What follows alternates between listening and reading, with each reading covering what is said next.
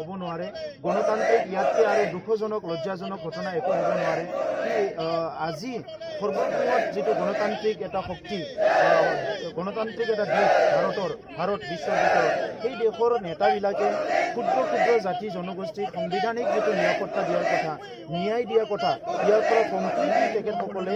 দূৰত থাকিলে এইটো কমপ্লিটলি ইগন'ৰ কৰিলে ডিনাই কৰিলে it is very much injustice আৰু সেইকাৰণে আজি এই ৰেলীটো প্ৰটেকশ্যন আৰু জাষ্টিছ ৰেলী বুলি আমি কৈছোঁ যি সময়ত বড়োসকলৰ ভূমি ৰাজনৈতিক অধিকাৰ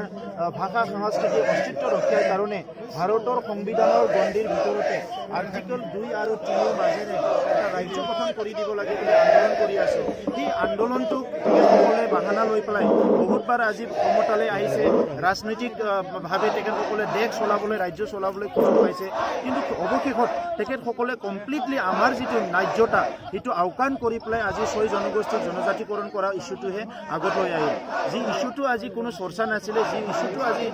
তেনেকুৱা এটা যিটো মানে অৱস্থাত আছিলে তো সেই ইছ্যুটো আজি ওপৰত লৈ আহিল আৰু ক্ষুদ্ৰ ক্ষুদ্ৰ জনগোষ্ঠীবিলাকক নিক্ষেপ কৰাৰ কাৰণে সাংবিধানিকভাৱে বঞ্চিত কৰাৰ কাৰণে সকলো অধিকাৰৰ পৰা ডিপ্ৰাইভ কৰাৰ কাৰণে তেখেতসকলে উঠি পৰি লাগিলে কিন্তু বদলেন সমস্যা সমাধানৰ কাৰণে তেখেতসকলে এক কিঞ্চিতো চিন্তা নকৰিলে গতিকে বড়োসকলে আগৰ পৰাই সদায় দৃঢ় প্ৰতিজ্ঞ এই কথাটো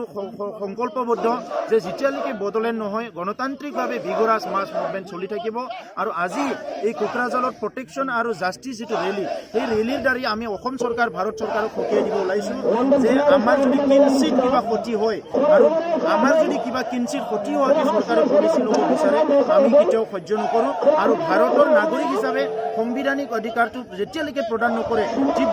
তীব্ৰতৰ আমি আন্দোলন চলাই যাম ইতিমধ্যে অন্য দল সংগঠনসমূহে 6 জনগোষ্ঠীক মানে গৃহীত কৰাৰ ক্ষেত্ৰতে ST আদাৰ্ছ বুলি ক'লে তেওঁলোকে কোনো পদক্ষেপ গ্ৰহণ ভাৰতৰ সংবিধানত ST আদাৰ্ছ বুলি কোনো প্ৰভিজন নাই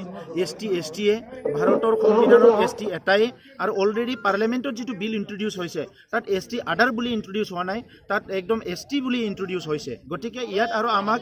মিছলিড কৰি লাভ নাই ইয়াত আৰু আমাক মানে ইয়াত বিপথে পৰিচালিত কৰি লাভ নাই সিধা কথাটো হৈছে যে মেজৰিটিৰ ভোট পাবৰ কাৰণে যিবিলাক মাইনৰিটি বা মাৰ্জিনেলাইজ সেই সকলক নিক্ষেপ কৰিব বিচাৰিছে এইটোৱে হ'ল তেখেতসকলৰ ৰাজনীতি গতিকে ভাৰতৰ সংবিধানত আমিও চাইছোঁ আমিও পঢ়িছোঁ আজি তেখেতসকলে ইয়াত কেটেগৰী বুলি ST কৰিব বিচাৰিছে কিন্তু ভাৰতৰ সংবিধানত এটাই ST আছে যিটো আৰ্টিকল 342ত আছে সেই STটো আজি তেখেতসকলে কোনো কাৰণত আজি চেঞ্জ কৰিব নোৱাৰে এইকাৰণে তেখেতসকলে আজি দুৰ্বল এটা সুযোগ লৈ পেলাই এই অসমৰ আজি কাউন্সিলবিলাক বিজেপিৰ লগত লগ হৈ আছে BTADকে আদি কৰি চব কাউন্সিলবিলাক বিজেপিৰ লগত একেলগে যিহেতু আছে ইয়াৰে এটা সুযোগ লৈ পেলাই তেখেতসকলে এই যে বিল সেইটো পাছ কৰি পেলাই জনজাতিসকলক নিক্ষেপ কৰাৰ এই ষড়যন্ত্ৰত আগবাঢ়ি যাব বিচাৰিছে কিন্তু আমাৰ কথা স্পষ্ট আজি সেই কাউন্সিলসকলে যদি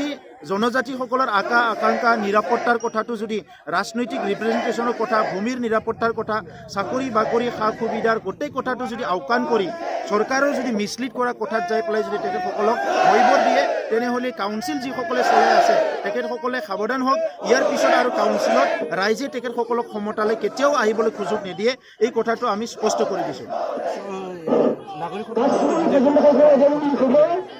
আমাৰ ষ্টেণ্ড ক্লিয়াৰ অসমৰ আৰু উত্তৰ পূৰ্বাঞ্চলত খিলঞ্জীয়া মানুহ যিটো চিন্তা কৰে সেই চিন্তাৰ লগত আমি আছোঁ আৰু এতিয়াও আছোঁ ভৱিষ্যতত আমি থাকিম আৰু খিলঞ্জীয়া মানুহৰ নিৰাপত্তাৰ কাৰণে আমি মাত মাতিম